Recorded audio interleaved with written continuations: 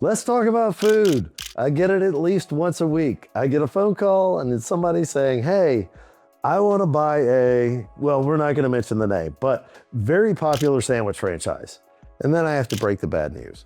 Well, they're a mature franchise. They're not selling individual franchises anymore. You probably have to buy 30 or more on a resale value. Let's talk more about why you would like to own that franchise. And that's really what we get at. If you're looking at the brand or the industry first, we really want to know why. And the why is, well, there's always a line outside the door. And of course there is. But there are plenty of franchises that are like that. What I can tell you is food is its own animal. It's a completely different industry for a reason. There's lots of things that if you didn't grow up in that industry or you don't come from a background where you've been in restaurants or you've been around food for a while, man, there's so much out there. So let's not even talk about inspections, cleaning, all the services that you have to have on top of that.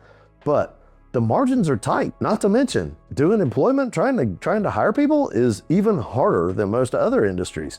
Not to mention what you have to pay people to be in there now. So we start looking at the staffing, we start looking at the hours are longer, and then we start looking at the build out cost in these restaurants is very expensive.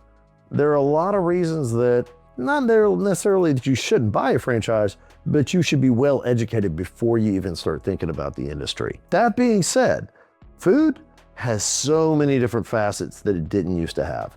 We know food because, hey, we think fast food because that's where everything started, right? It was one of the first industries to franchise. We see them on every street corner. In fact, we see them up and down in between every street corner. We see them all over the place and there's plenty of them and they're nationwide, international.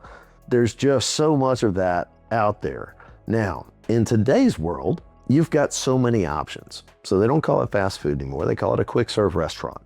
And the reason they call it a quick serve restaurant, a QSR, is because now you can have a QSR that's going to be a higher quality food. So you're going to have a higher quality food. You're going to have a higher price point.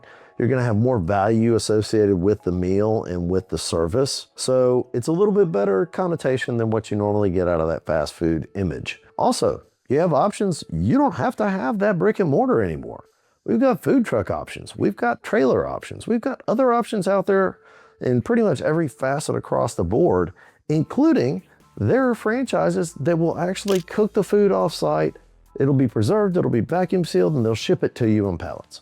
And then you just deal with the retail. A lot of times when I'm dealing with a client and we're talking about food, it generally comes up because they already have something going. So they have a business. Maybe they have a coffee shop that's existing and they've got some space right next to it. They own the building and they're saying, hey, if we feel like we're not capitalizing on all of the clients that are walking through our door every day, and we'd like to be able to go and offer some food options. That's a great place for us to add in some food options and let somebody really capitalize on the business that's already there. But what I would say is if you're interested in food as an industry, let's have a conversation.